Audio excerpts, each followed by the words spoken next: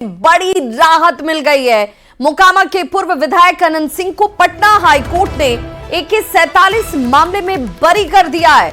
इस मामले में सिविल कोर्ट ने 10 साल की सजा सुनाई थी और इसी मामले में अनंत सिंह जेल में बंद हैं।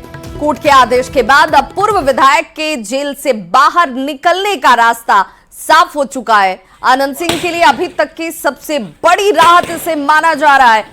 बता दें कि साक्ष्य के अभाव में पटना उच्च न्यायालय ने अनंत सिंह को बरी किया है। वहीं अनंत सिंह को राहत मिलने से उनके समर्थकों में खुशी का माहौल है। जश्न मनाया गया, आतिशबाजी की गई समर्थकों की तरफ से और खुशी का इजहार किया गया।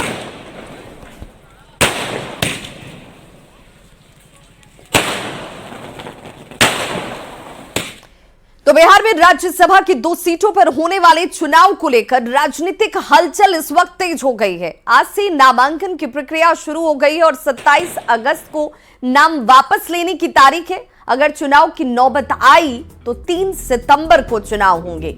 संख्या बल के लिहाज से एनडीए के दोनों उम्मीदवार की जीत तय मानी जा रही है, जिसमें एक उपेंद्र कुशवाहा उम्मीदवार है। दूसरे उम्मीदवार पर संशय हालांकि अभी बना हुआ है कि बीजेपी किसे उम्मीदवार के तौर पर सामने लेकर आती है।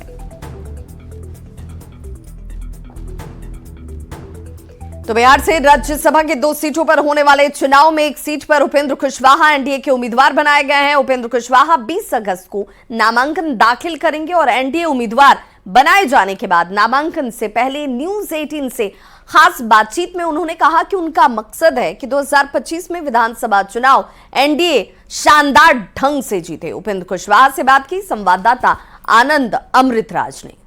उपेंद्र कुशवाहा एनडीए के उम्मीदवार इस वक्त हमारे साथ मौजूद हैं। सर, आज से नामांकन की प्रक्रिया शुरू हो गई। उपेंद्र कुशवाहा कब नामांकन कर रहे हैं? देखिए, आज तो शुरुआत है और आज से लेकर 21 तारीख तक नामांकन होना है।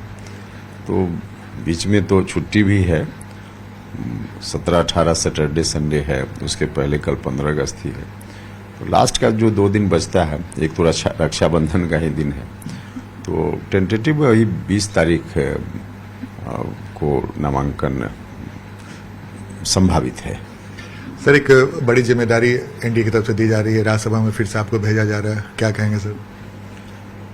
नहीं, देखिए, अभी तो सबसे बड़ी चुनौती हम सब लोगों के लिए है कि एनडीए की सरकार फिर से बिहार में कैसे बन जाए आगामी चुनाव के माध्यम से। तो पॉलिटिकली तो इस काम में दिन रात एक हम सब लोग किए हुए हैं और इसी में और ताकत लगाने की जरूरत है। और स्टेट का जो इशू है, बिहार को और आगे जाना है, बहुत आगे जाना है। तो इस दृष्टि से जो कुछ भी करना पड़ेगा, यही हम लोगों की ड्यूटी होगी जो हम लोग करेंगे। मुकेश सहनी ने भी कल न्यूज 18 से बातचीत करते हुए कहा कि अभी मेरा कोई इरादा नहीं, हम एनडीए महागठबंधन के साथ मजबूती से, लेकिन उन्होंने कहा है कि आरक्षण की बात अगर भाजपा मानती है तो हम भाजपा को धन्यवाद देखेंगे। मुकेश सहनी को लेकर आपकी राय क्या सर? क्या तो महागठबंधन के साथ हैं, महागठबंधन ने उनके डिमांड को मान लिया है क्या? आखिर महागठबंधन के साथ जब गए होंगे, उसके पहले से जब उनका डिमांड है लोगों के बीच में कि जो मानेगा हम उसके साथ जाएंगे, तो कांग्रेस के लोगों ने मान लिया क्या? आरजेडी के लोगों ने मान लिया क्या? फिर कैसे चले गए? लेकिन यही उनका विषय है और किस गठबंधन में हैं रहेंगे यह भी उनका विषय है। अभी इस पर टिप्पणी की जरूरत नहीं। तो ये हमारे साथ उपेंद्र कुशवाहा जो एनडीए के राज्यसभा के उम्मीदवार बनाएगा और 20 तारीख को नामांकन करेंगे। कैमरामैन अमित के साथ आनंद अमृतराज, न्यूज 18 नेटवर्क, पटना। तो पूर्व रेल मंत्री लालू प्रसाद ने सारण के दरियापुर में बने रेल पहिया कारखाने पर सोशल साइट एक्स पर एक पोस्ट किया। अपने पोस्ट में लालू प्रसाद ने लिखा है कि आपको बताते हुए खुशी हो रही है कि सारण के दरियापुर स्थित रेल व्हील प्लांट में रिकॉर्ड 2 लाख से अधिक रेल पहियों का उत्पादन किया जा चुका है। हमने रेल मंत्री रहते इसकी आधारशिला 29 जुलाई 2008 को रखी थी। इसके निर्माण पर लगभग 1640 करोड़ रुपए खर्च हुए थे। बिहार में रेल पहिए का निर्माण भारतीय रेलवे के लिए एक वरदान साबित हुआ। अब मेड इन बिहार रेल पहिए भारतीय रेलवे की रफ्तार भरने में रिकॉर्ड बना देश के विकास में अहम योगदान दे रहे हैं। बिहार के बेला स्थित रेलवे प्लांट द्वारा अब तक 2 लाख से अधिक रेल पहियों का निर्माण किया जा चुका है, जिससे भारतीय रेलवे की विदेशों पर निर्भरता कम हो गई। तो भारतीय रेलवे की रफ्तार भरने में रिकॉर्ड बना और लालू प्रसाद की तरफ से सोशल साइट एक्स पर यह पोस्ट किया जाता है। देश के विकास में अहम योगदान ये दे रहा है और ऐसे में इस रेल व्हील कारखाने के जरिए बिहार जो है वो देश के विकास में अपना महत्वपूर्ण योगदान देता हुआ। तो लालू प्रसाद की तरफ से छपरा के दरियापुर रेल पहिया कारखाने पर किए गए इस पोस्ट पर अब बिहार की सियासत गर्म हो चुकी है। एनडीए नेताओं ने जहां इसे लेकर पलटवार किया तो महागठबंधन के नेताओं ने इसे लालू प्रसाद के विजन की सफलता बता दिया। बिहार के सबसे बड़े भ्रष्ट नेता का यह नया अवतार है। मुख्यमंत्री रहकर पहले चारा घोटाला किए, रेल मंत्री रहकर लैंड फॉर जॉब स्कैम किए, दरियापुर स्थित रेल व्हील प्लांट पर भी झूठी बयानबाजी कर रहे हैं। इस प्लांट का कायाकल्प एनडीए सरकार में हुआ। लालू जी की सेहत ठीक नहीं है, इसलिए एनडीए के 10 वर्षों के शासनकाल की उपलब्धि उन्हें समझ में नहीं आ रही। बिहार में 2 सेंट्रल यूनिवर्सिटी किसने दिया? पटना एम्स किसने दिया? दरभंगा एम्स कौन बना रहा है? बिहार में 4 और 6 लेन सड़कें किसने बनाई? लालू प्रसाद जी अब अपने जीवन के आखिरी पड़ाव पर हैं। बेला में जो रेलवे पहिया का जो फैक्ट्री है यूपीए 1 के टाइम में लालू प्रसाद माननीय जब रेल मुख्यमंत्री थे तब उद्घाटन हुआ और आज ये 2 लाख पहिया बना चुकी है। ये तो ऐतिहासिक पल है, इसको कौन झुटला सकता है? यही नहीं, लालू प्रसाद यादव जी जब तत्कालीन रेलवे मंत्री थे तो उन्होंने बीटा से औरंगाबाद की एक परियोजना पास की थी जिसका डीपीआर पास हो गया था, बजट एलोकेशन हो गया था, लेकिन उसके बाद सत्ता बदलने के कारण देश में मोदी सरकार है, मोदी सरकार भाजपा के लोग उस पर कुंडली मार के बैठ गए, उस परियोजना को ठप कर दिया, सेंटिंग लाइन में भेज दिया। इसका जवाब कौन देगा? लालू प्रसाद जी हमेशा बिहार और बिहार के विकास के प्रति, बिहार के लोगों के प्रति और बिहार कैसे देश स्तर पर अव्वल दर्जे पर पहुंचे इसके लिए उनको चिंता रहती थी। और इसी का कहीं ना कहीं जो रेलवे वैगन कारखाना बना, जो बिहार में मधेपुरा में रेल डिब्बा कारखाना बना, जो लालू जी की सोच थी वो सोच सरजमीन पर उतरा और सरजमीन पर उतार करके उन्होंने बिहार और बिहार वासियों के नौजवानों के हितों में जो कार्य किए वो स्पष्ट रूप से दिखता है। बेला रेल पहिया कारखाना आज अपने सर्वोत्तम कार्यकाल में चल रहा है, लेकिन लालू जी को प्रचार करने का अद्भुत तरीका मिल जाता है। जब बिहार की ओर से इस प्रकार की प्रचार की खबरें उनको प्राप्त होती है तो उनको बेचैनी होने लगता है कि हमने ही ये काम किया है।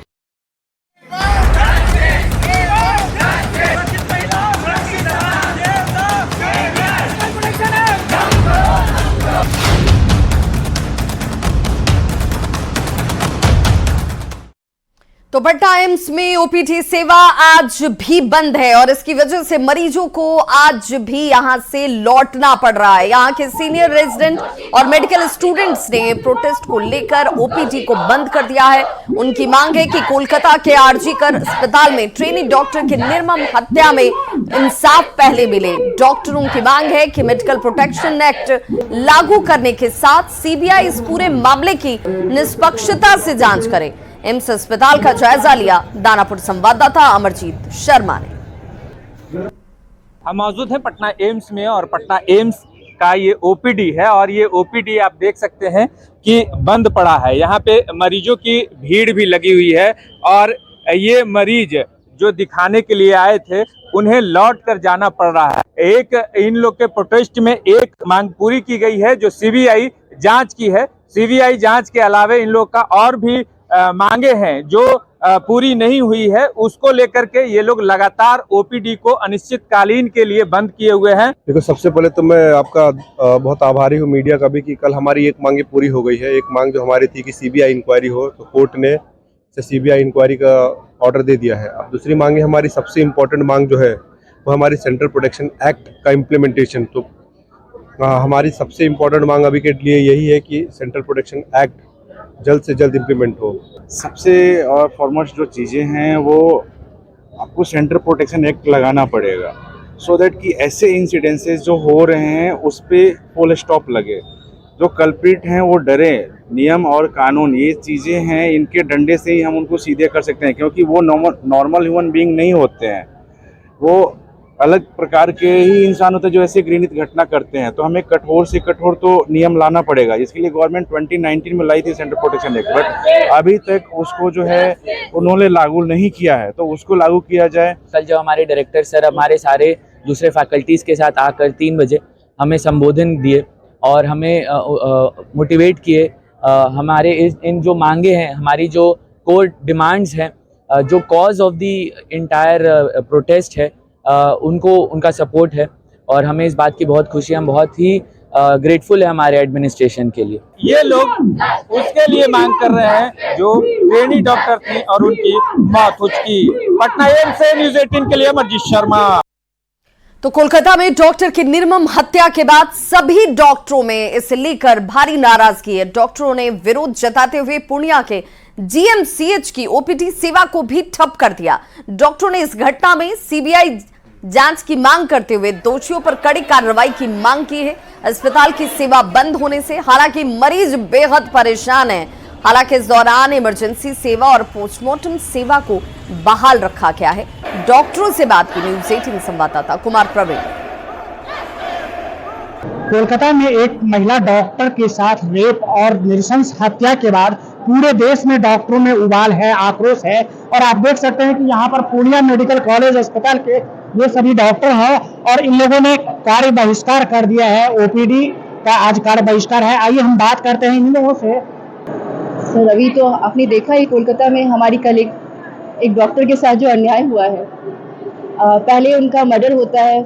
इनिशियली जब इन्वेस्टिगेशन के लिए पुलिस पहुंचती है तो कहती है सुसाइड है। कोई भी इंसान इस हालत में, जिस हालत में डॉक्टर पाई गई, उनको देख के कोई नहीं कह सकता था कि ये सुसाइड है। ऑब्वियसली मर्डर था। पहले तो एविडेंस को छिपाने का कोशिश किया गया। सबसे तकलीफ की बात है जो कि कोलकाता के हाई कोर्ट ने भी पॉइंट आउट किया कि जो principal who is supposed to be the most responsible person taking care of the whole college, उनके कॉलेज में ये दुर्भाग्यपूर्ण घटना होती है, वो भी साथ नहीं खड़े थे। सर मांग है कि इसे जो इन्वेस्टिगेशन पूरा पारदर्शी हो, ट्रांसपेरेंट हो। कार्यस्थल पर बने रह करके हम लोग कार्य बहिष्कार कर रहे हैं। लोग सिर्फ ओपीडी सेवा बाधित कर रहे हैं, बाकी सारी सेवा हमारी सुचारू रूप से चल रही है। मांग क्या है? जो घटना हुई है बंगाल में, घटना तो हो गई, जो हत्यारे हैं समुचित जांच हो सीबीआई से और जो दोषी व्यक्ति हैं उस पर कार्रवाई हो। लेकिन इससे भी बड़ी बात है कि इस तरह की घटना दोबारा ना हो। महिला डॉक्टर्स काफी संख्या में अब आगे आ रही हैं। महिला डॉक्टर्स नाइट ड्यूटी करती है, पुरुष डॉक्टर्स भी हैं, लेकिन महिला डॉक्टर की सुरक्षा ज्यादा मायने रखती है। तो इस तरह की घटना अस्पताल में हुई है, ये सोचिए। कुमार प्रवीण, न्यूज़ 18 पूर्णिया। बीजेपी के राष्ट्रीय प्रवक्ता संजय मयूख ने बंगाल में रेप और हत्याकांड को लेकर विपक्ष पर जोरदार तरीके से हमला किया। उन्होंने कहा कि नेता प्रतिपक्ष और उनका पूरा कुनबा बंगाल की इस घटना पर कुछ बोलता नहीं है। समाजवादी पार्टी के नेता जो अभियुक्त हैं, उनके खिलाफ उनका मुंह सिला हुआ है। साथ ही ऐसी निर्मम हत्या पर संवेदनहीन होने का भी आरोप लगाया और बीजेपी की ओर से कड़ी कार्रवाई करने की बात कही गई। तेजस्वी यादव जी और उनका पूरा कुनबा बंगाल की घटना पर कुछ नहीं बोलता। समाजवादी पार्टी के नेता जो अभियुक्त हैं उनके खिलाफ कुछ नहीं बोलते हैं, मुंह सिला हुआ है। लेकिन इस मानवीय संवेदना के विषय पर उनको संवेदनशील होना चाहिए, ऐसा हमारा सुझाव है। लेकिन हम संघर्ष करते रहेंगे और हम दूध का दूध और पानी का पानी होने तक भारतीय जनता पार्टी अनवरत लड़ाई लड़ेगी।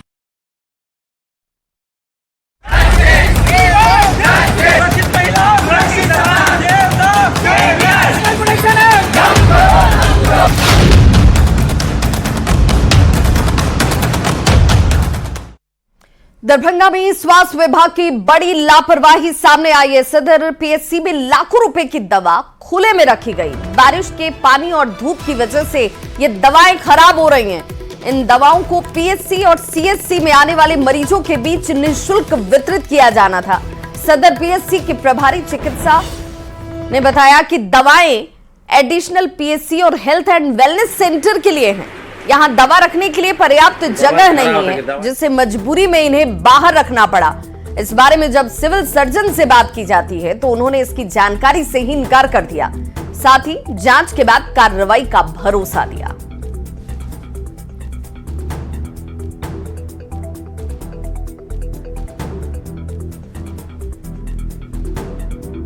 तो देखिए कैसे खुले में ये दवाइयां रखी गई हैं जो मरीजों को निःशुल्क वितरित की जानी थी, लेकिन उन दवाइयों को खुले में रखकर धूप और पानी की वजह से ये दवाएं खराब हो गई। अब इसके लिए जिम्मेदार कौन है, क्या उसके ऊपर कोई कार्रवाई होगी? अब टाल मटोल वाली स्थिति जो है वो साफ नजर आती है। जहां ये दवाई रखी गई है, सिविल सर्जन कहते हैं कि भाई हमें तो मामले की जानकारी ही नहीं है, जानकारी अब हुई है तो जांच कराएंगे और जो दोषी होगा उस पर कार्रवाई होगी। डंडा पे रखा हुआ है, उसमें स्टोर रूम एक ही है, टोटल 8 रूम मिला हुआ है प्रखंड की ओर से, उसी में अस्पताल चल रहा है। आप देखेंगे तो शटर जैसा लगा हुआ है, गोदाम है, उसी में अस्पताल चलता है। बाद में एक और रूम मिला, उसमें भी डालने के बाद भी बरंडा पे पड़ा हुआ है और ऐसा कुछ है नहीं वहाँ पर, तो ऐसे भी बाहर में लगा हुआ है एस्बेस्टस का कुछ।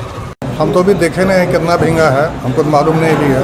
वहाँ का प्रभारी जो हमको अभी तक इन्फॉर्मेशन नहीं दिया है, इन्फॉर्मेशन देगा तो हम कार्रवाई करेंगे, देखेंगे, बचाव करेंगे। क्या कारण है सर? हम तो देखे नहीं ना, हमको दिखाएगा तब ना, हमको बोलेगा, हमको दिखाया नहीं MIC, कोई लेटर भी नहीं दिया हमको। हम लेंगे उसको, हम देखते हैं इस चीज़ को। स्वतंत्रता दिवस के अवसर पर पुलिस, फायर ब्रिगेड, होमगार्ड और नागरिक सुरक्षा के साथ सुधार सेवाओं के कुल 1037 कर्मियों को वीरता और सेवा पदक के लिए चुना गया है। गृह मंत्रालय ने स्वतंत्रता दिवस 2024 के अवसर पर विशिष्ट सेवा के लिए राष्ट्रपति पदक, उत्कृष्ट सेवा के लिए पदक प्राप्त करने वालों की सूची जारी कर दी है। इन सभी को 15 अगस्त के मौके पर अवार्ड दिया जाएगा। बिहार से ADG संजय सिंह और DSP राजेश कुमार शर्मा को विशिष्ट सेवा पदक प्रदान किया जाएगा। बिहार के 5 जवानों को वीरता पुरस्कार से सम्मानित किया जाएगा। इनमें दिवंगत SI आशीष कुमार सिंह को गैलेंट्री मेडल दिया जाएगा। इसी के साथ constable Durgesh Kumar Yadav, constable Rohit Kumar Ranjan, constable Akshay Kumar, constable Vijendra Kumar को भी सम्मान दिया जाएगा। तो DSP राजेश कुमार शर्मा को राष्ट्रपति पदक से सम्मानित किया जाएगा। बिहार के 5 पुलिस जवानों को गैलेंट्री मेडल मिलने वाला है, जिनमें दिवंगत SI आशीष कुमार सिंह को गैलेंट्री मेडल दिया जाएगा। कांस्टेबल दुर्गेश कुमार यादव को gallantry medal, constable Rohit Kumar Ranjan को गैलेंट्री मेडल से सम्मानित किया जाएगा। कांस्टेबल अक्षय कुमार को भी गैलेंट्री अवार्ड और वीरता, प्रतिष्ठित आचरण, सेवा के लिए यह सम्मान दिया जा रहा है। शेखपुरा में पोस्टेड SDPO अरविंद कुमार सिन्हा को राष्ट्रपति की ओर से 15 अगस्त को पुलिस पदक से सम्मानित किया जाएगा। इसकी घोषणा के बाद शेखपुरा SDPO अरविंद कुमार सिन्हा बेहद खुश हैं। बता दें कि अरविंद कुमार सिन्हा साल 1990 बैच के पुलिस अवर निरीक्षक हैं, जिन्हें झारखंड के उग्रवाद प्रभावित जिले गिरिडीह में तैनात किया गया था। इस खबर पर ज्यादा जानकारी दे रहे हैं शेखपुरा संवाददाता अजीत कुमार सिन्हा।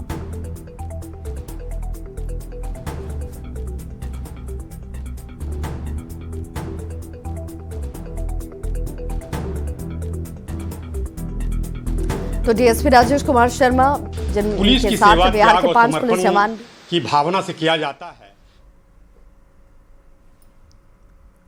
पुलिस की सेवा त्याग और समर्पण की भावना से किया जाता है, और जब वैसी स्थिति में अगर महामहिम राष्ट्रपति द्वारा अगर सम्मानित किया जाए तो एक बहुत बड़ी बात होती है। शेखपुरा के SDPO है अरविंद कुमार सिन्हा, इन्होंने अपने बेहतर कार्य किया है, जिसका नतीजा है कि महामहिम राष्ट्रपति द्वारा ये 15 अगस्त को सम्मानित करने की जो सूची बनी है उसमें इनका भी नाम है। निश्चित रूप से शेखपुरा के लिए भी गौरव की बात है। महामहिम राष्ट्रपति द्वारा सम्मानित किया जा रहा है, क्या कहना चाहेंगे सर आप? यहाँ बिहार से पुलिस मुख्यालय से हमारा नाम जो है मेरिटोरियस सेवा के लिए गया था।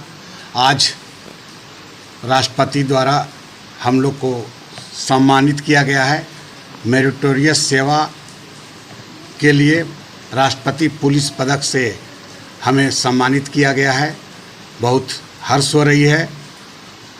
हम जो पिछले 34 वर्षों से जो पुलिस की सेवा कर रहे थे, उसका आज हमें फल मिला है, माने अच्छा सा सगुन मिला है। और हम आशा करते हैं इसी प्रकार हमारे सभी पुलिस पदाधिकारी एवं पुलिसगण अपने कार्य के प्रति कर्तव्यनिष्ठ होते हुए कार्य करें, ताकि आज इसी प्रकार हमारे जैसा आपको भी राष्ट्रपति पदक से सम्मानित हूँ। तो राष्ट्रपति से पदक से सम्मानित होने पर बिल्कुल प्रसन्न दिख रहे हैं एसडीपीओ शेखपुरा, और आम पुलिसकर्मियों से एक अपील की जा रही है कि बेहतर काम करिए। समाज जिस ड्यूटी के तहत आपकी नियुक्ति हुई है उसके तहत सेवा करिए, आम लोगों का सेवा करिए। निश्चित रूप से आने वाले समय में महामहिम द्वारा निश्चित रूप से किया जाएगा, सम्मानित करने की बात कही जा रही है। अजीत कुमार सिन्हा, न्यूज 18 शेखपुरा। रिलायंस फाउंडेशन ने 2024-25 के लिए 5,100 विद्यार्थियों को छात्रवृत्ति देने की घोषणा की है। देश भर के वो विद्यार्थी जो किसी ग्रेजुएट या पोस्ट ग्रेजुएट कोर्स में प्रवेश चाहते हैं वो इसमें आवेदन कर सकते हैं। ग्रेजुएट कोर्स में हर विषय में छात्रवृत्ति दी जा रही है। ग्रेजुएशन कर रहे हर एक छात्र और छात्रा को 2-2 लाख रुपए तक की स्कॉलरशिप इसमें दी जाएगी। स्नातक कोर्स कर रहे जो विद्यार्थी हैं किसी भी विषय में आवेदन कर सकते हैं। उन्हें छात्रवृत्ति मेरिट और पारिवारिक आय के आधार पर दी जाएगी। रिलायंस ने अब तक 23,000 से ज्यादा छात्रवृत्तियां दी हैं। और इस खबर पर बताते चलें कि आप रिलायंस फाउंडेशन की आधिकारिक वेबसाइट www.scholarship.reliancefoundation.org पर जा सकते हैं। वहां जाकर आप इस आवेदन को कर सकते हैं पूरा। आवेदन करने की अंतिम जो तारीख है वो 6 अक्टूबर तक है।